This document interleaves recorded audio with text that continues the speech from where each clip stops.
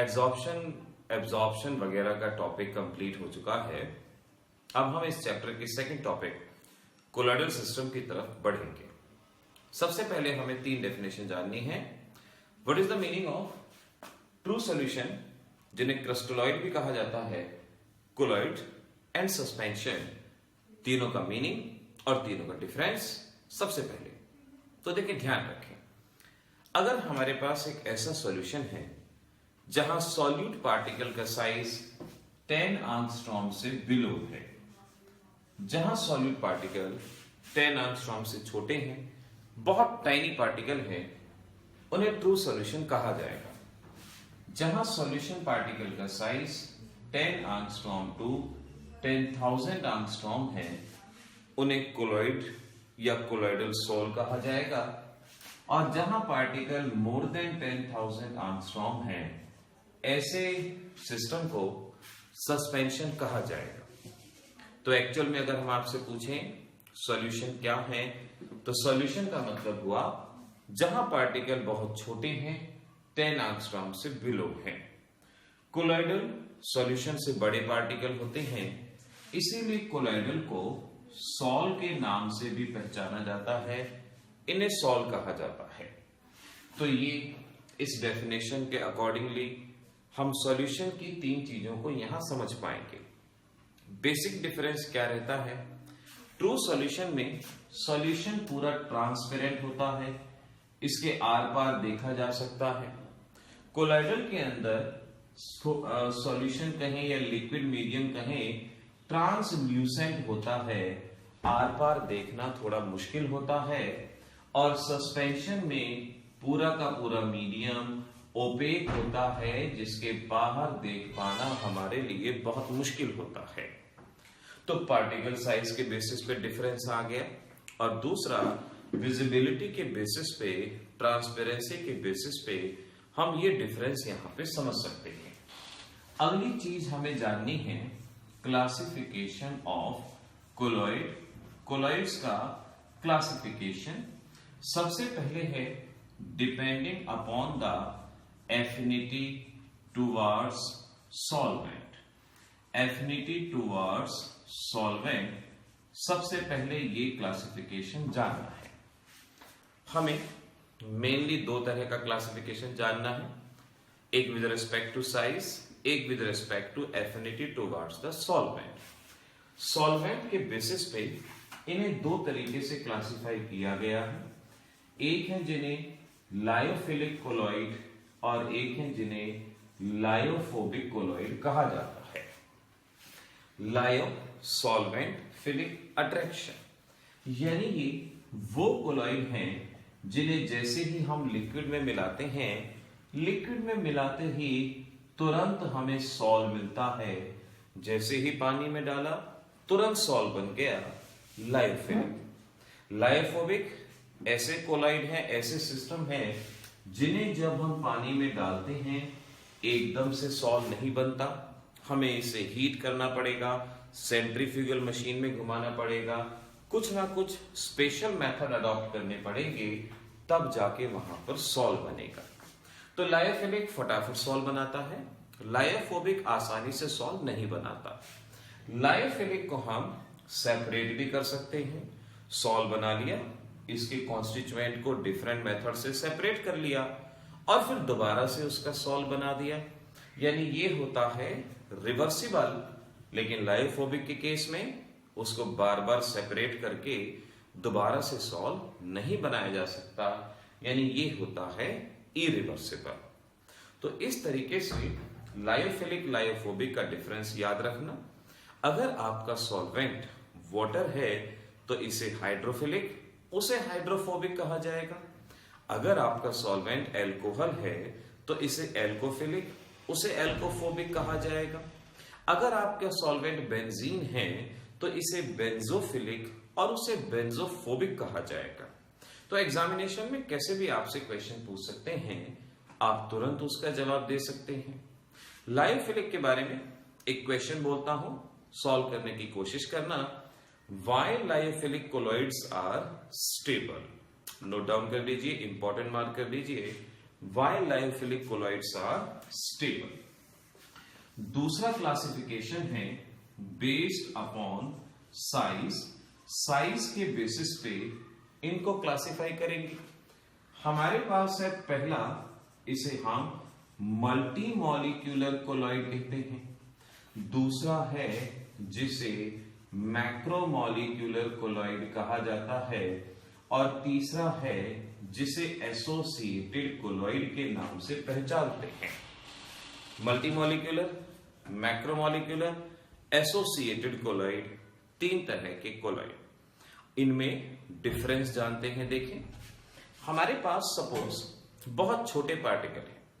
Suppose हमारे पास true solution range के particle हैं, बहुत छोटे, और जब ये छोटे छोटे बहुत सारे पार्टिकल आपस में कंबाइन हो जाएं और कोलॉइडल रेंज का पार्टिकल दे दें तो उसे हम मल्टी मॉलिक्यूलर कोलॉइड कहेंगे। नाम के अंदर ही है मल्टी यानी मैनी, बहुत सारे पार्टिकल आपस में कंबाइन होके कोलॉइडल रेंज का पार्टिकल दे रहे हैं, मल्टी मॉलिक्यूलर कोलॉइड। यहां forces of attraction, wonder wall forces of attraction. अगर आपके पास बहुत बड़ा पार्टिकल है, सस्पेंशन रेंज का पार्टिकल है, आपने क्या किया, इसे छोटे छोटे पार्टिकल्स के अंदर स्प्लिट कर दिया, और ये छोटे छोटे पार्टिकल कोलॉइडल रेंज में आ जाए तो इसे मैक्रोमॉलिक्यूलर कोलॉइड कहा जाएगा। बड़े मॉलिक्यूल से छोटे, जितने भी बड़े मॉलिक्यूल हैं वो सभी मैक्रोमॉलिक्यूलर कोलॉइड कहलाए जाते हैं। For example polymers, proteins etcetera, plastic कह लें, जो भी आपका पॉलीमर रहेगा। हमारे लास्ट टाइप के कोलॉइड्स हैं जिन्हें एसोसिएटेड कोलॉइड कहा जाता है। इसको आपने इंपॉर्टेंट मार्क करके रखना है। This is one of the important thing जो इस चैप्टर में से आपको करनी होगी। एसोसिएटेड कोलॉइड का मतलब है ऐसे सब्सटेंस जो लो कंसंट्रेशन पे स्ट्रॉन्ग इलेक्ट्रोलाइट की तरह बिहेव करते हैं, लेकिन हायर कंसंट्रेशन पे कोलॉइड की तरह बिहेव करते हैं। फॉर एग्जाम्पल, अगर मेरे पास एक सॉल्ट है, सोप भी इसको कहा जा सकता है, जितने भी सोप है, सोडियम और potassium salt of carboxylic acid, अगर मैं इसको लो कंसंट्रेशन पे लेता हूं तो ये अपने आयंस की फॉर्म में डिसोसिएट हो जाएगा। सपोज मेरे पास एक कंटेनर है जहां मैंने डाइल्यूट सॉल्यूशन लिया जिसमें इसका अमाउंट बहुत कम था, तो ये अपने आयंस में टूट गया, सेपरेट हो गया। लेकिन अगर मैं इसकी कंसंट्रेशन बहुत बढ़ा दूंगा तो जितने भी आयन बने हैं ऑपोजिटली चार्ज्ड आयन आपस में इकट्ठा हो जाएंगे, क्लस्टर बना लेंगे, और उसे एसोसिएटेड कोलॉइड कहा जाएगा। यानी अगर मैं कहूं मेरे पास बहुत सारे सोप के पार्टिकल हैं, तो इनके अंदर क्योंकि आयनिक फोर्स ऑफ अट्रैक्शन होंगे, और इन आयनिक फोर्स ऑफ अट्रैक्शन की वजह से बहुत सारे पार्टिकल इकट्ठा एग्जिस्ट करेंगे, और इन बड़े पार्टिकल को कोलॉइडल पार्टिकल कहा जाएगा, या इन्हें हम माइसील्स या मिसील्स के नाम से भी इनको पहचानते हैं।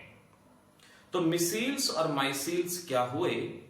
ऐसे सब्सटेंस जो लो कंसंट्रेशन पे स्ट्रॉन्ग इलेक्ट्रोलाइट की तरह बिहेव करें और हायर कंसंट्रेशन पे कोलॉइड की तरह बिहेव करें, इन्हें एसोसिएटेड कोलॉइड और माइसील्स और मिसील्स के नाम से पहचाना जाएगा। अब इनको बनने के लिए एक पर्टिकुलर कंसंट्रेशन होनी चाहिए, और उस पर्टिकुलर कंसंट्रेशन को CMC और क्रिटिकल माइसिलाइजेशन कंसंट्रेशन कहा जाता है।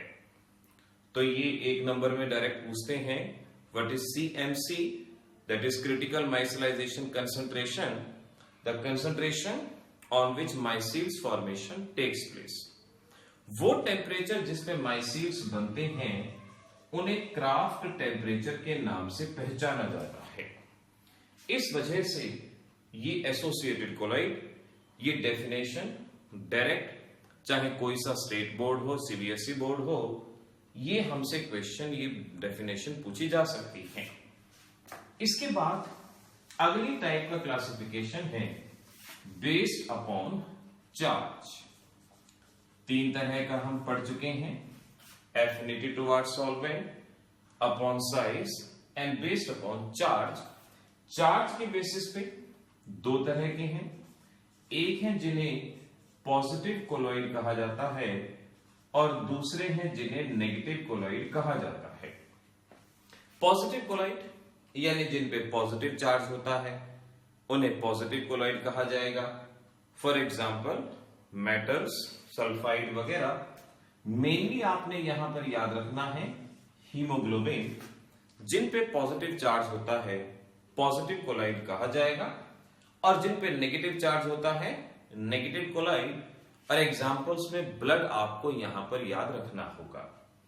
तो इस तरीके से चार्ज के बेसिस पे हो गया, साइज के बेसिस पे हो गया, एफिनिटी टुवर्ड सॉल्वेंट के बेसिस पे क्लासिफिकेशन। मेन ये तीन तरह के क्लासिफिकेशन एग्जांपल्स में आपको याद रखने हैं। अब मैं कुछ क्वेश्चन बोलता हूं, उन क्वेश्चंस का जवाब हमें चाहिए, आपको उनका आंसर आना चाहिए। क्वेश्चन नंबर 1 हमारे पास है, why lyophilic colloids are stable. Lyophilic colloids stable होते हैं, आखिर क्यों होते हैं? आपको बताना होगा कि लायोफिलिक कोलॉइड्स में अगर हम कोई रिएजेंट डालें तो वो जल्दी से प्रेसिपिटेट आउट नहीं होते, वो स्टेबल बने रहते हैं। इंपॉर्टेंट क्वेश्चन आपके एग्जामिनेशन का। दूसरा क्वेश्चन है, why haemoglobin is a positively charged colloid. Haemoglobin पे पॉजिटिव चार्ज क्यों है ये बताना है। And why blood is a negatively charged colloid. इस तरीके से ये तीन क्वेश्चन जो हार्ड लेवल के क्वेश्चन कहलाए जाते हैं, सीबीएसई एग्जामिनेशन के लिए बच्चों को इनको याद करना है। बाकी स्टेट बोर्ड एग्जामिनेशन में ऐसे क्वेश्चन इतने हार्ड रेयरली नहीं पूछे जाते, लेकिन सीबीएसई अपीयरिंग कैंडिडेट्स को आने चाहिए। नीट एग्जामिनेशन में, जेई एग्जामिनेशन में अपीयर होने वाले कैंडिडेट्स को भी इनके बारे में मालूम होना चाहिए। तो इस लेक्चर के अंदर हमने टाइप्स ऑफ कोलॉइड्स क्या हैं और उनसे रिलेटेड इंपॉर्टेंट क्वेश्चन को पढ़ा। आने वाले वीडियो लेक्चर्स के अंदर हम प्रिपरेशन ऑफ कोलॉइड्स सीखेंगे।